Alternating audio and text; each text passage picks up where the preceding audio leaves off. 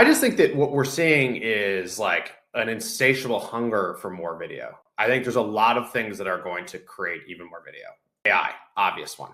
AI is going to enable us to make it much easier for someone to make a video. That's already happening. There are tools that we have at Wistia, but lots of tools that are going to help you with the editing and creation of video. There's also literally, AI avatars here today where you can make an avatar of yourself and not have to be on camera, type what you want to say and it will come out. And this is going to do two things, I think. I think we're going to see way more video, but I also think it is going to shift the emphasis from just making video to making video that has a person that you trust in it. And so the connection to the human, to the individual is going to matter a lot more. We also see this on social already, where all the social platforms are not giving the same organic reach to brands as they give to individuals. They've all tuned their algorithms, right, to stop them from being overrun with AI too. So you have these two factors together, which I think is causing this really interesting shift of you want to connect with a person in a company, a person that represents a company, a person that you think you can trust on a specific topic. And so we're going to see more video, but it's going to be more important to be yourself and find ways of doing things that an AI can't do to prove that you're a real human being. And that's going to add up to be a way of scaling trust in this world where there's like effectively going to be infinite content.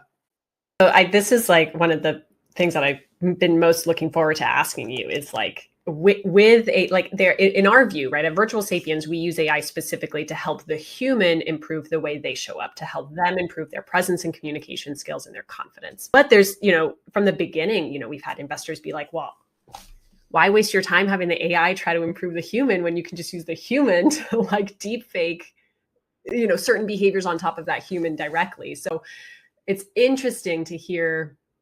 I 100% agree. I think that the value of being able to prove to the person on the other end, the person who's receiving that video, that like, hey, I took the time to create this video content for you, whether it was like a very specific personalized video or something that was going out to the masses. I think that value is absolutely going to just become like a skyrocket. And there are use cases I've seen where having an AI avatar today could make sense. So like a training video that people are required to watch, which already effectively, they weren't we're not prioritizing it being entertaining or engaging. They're prioritizing having certain information in it. That's the one place I've seen where today, like these AI avatars, like, let's be honest, most of these things are robotic anyway. Like it's not that different. But 100% agree that like the issue is people are going to use it. There's going to be a lot of people that use it. So yeah, right. I don't make videos anymore. But what that inherently means is just like an LLM that's writing text for you, where it has, that thing with what was the word that was being used? A delve. Did you see this? That like there was like this thing going around that was like if the incidences of the word delve is like an indication. Yeah. Yes, totally. Yes. Yes. Even if it's true, like it's just, you can tell we're wired to connect with people, right? So I think we have this knowledge. We know there's going to be way more video. It's going to be more robotic. And there's going to be certain things that are really hard to fake without it being like a studio doing it. What are those things? How do you find those things? How do you get good at those things? I think live events are going to be more important in the future world. I think live events online. I think live events in person. I think if you had a connection with somebody where you're really sure that they're real and you can trust them, that actually might even give that person permission to use some AI content.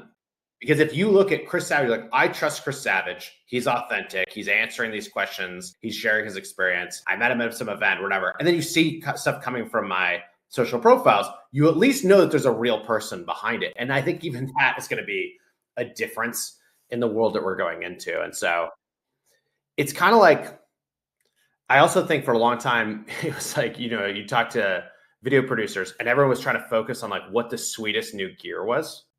it's like, oh, I have this sweet new ring light. It is so cool. Like the look and feel is so different. And I was like, oh, I got this new lens. No one has this lens yet. And that was a way of like signaling to the viewer subconscious, this is special and different.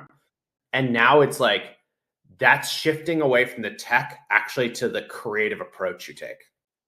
And if you can do something that's really creative or really interesting and is inherently like very human, that is going to do better and better over time as we have like an abundance of things that aren't creative as human. Right. I also find, because there's this like TikTokification of video where like the more, you know, the more like, oh, the camera angle's coming from down here because you're like live in action. Like, and that I find is an interesting counterbalance too, because those videos are so unfiltered, at least in terms of what we were used to on Instagram.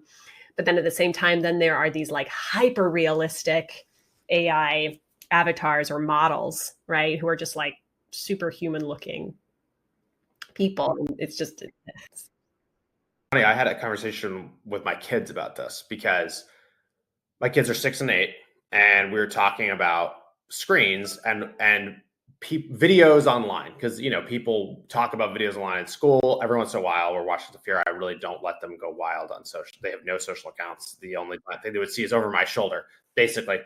But I had to explain. I was like, look, anything you can see on a screen might not be real, and you have to look at it that way. You have to look at it and assume it might not be real. Doesn't mean it's not entertaining. Doesn't mean that there isn't real stuff on there, but you have to look at it with that view.